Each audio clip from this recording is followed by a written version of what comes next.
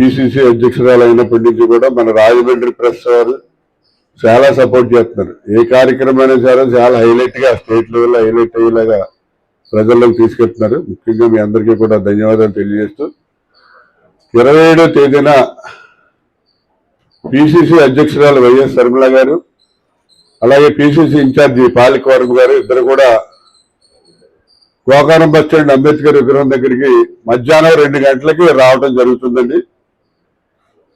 అక్కడికి బస్సుల్లో వస్తారు. అంటే అక్కడ బస్సులోనే ఉండి అన్ని కూడా రెసిడెన్స్ టైప్ లో ఉండే బస్సులు ఉంటాయి 2, ఆ బస్సుల్లో వస్తారు.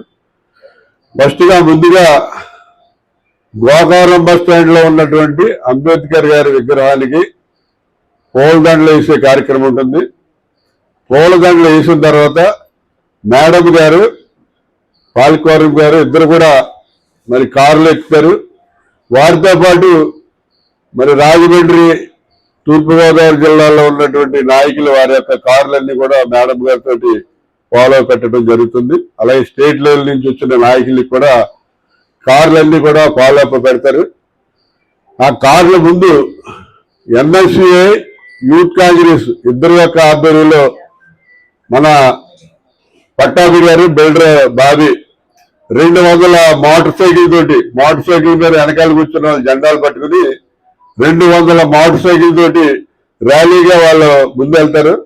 వాటికంటే ముందు మన ప్రచార కమిటీ చైర్మన్ డాక్టర్ వరయారి గారు పెట్టిన డీజే సెట్ అనౌన్స్మెంట్ చేసుకుంటూ వెళ్తే వెనకాల మోటార్ సైకిల్, తర్వాత మేడం గారి కారు, తర్వాత మా అందరి కార్లు కూడా ఉంటాయి. ఆ ర్యాలీ సీతంపేట రాజీవ్ గాంధీ పార్క్ వరకు కూడా వస్తుంది. వచ్చిన తర్వాత అక్కడ రాజీవ్ గాంధీ విగ్రహం ఉంది 5 ఫీట్ గ్లోబ్ మీద.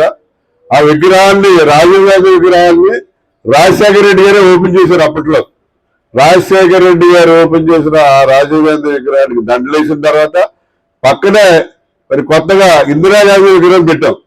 ఆ విగ్రహాన్ని వైఎస్ శర్మిల మేడం గారు ఆ విగ్రహాన్ని ఆవిష్కరించడం జరుగుతుంది.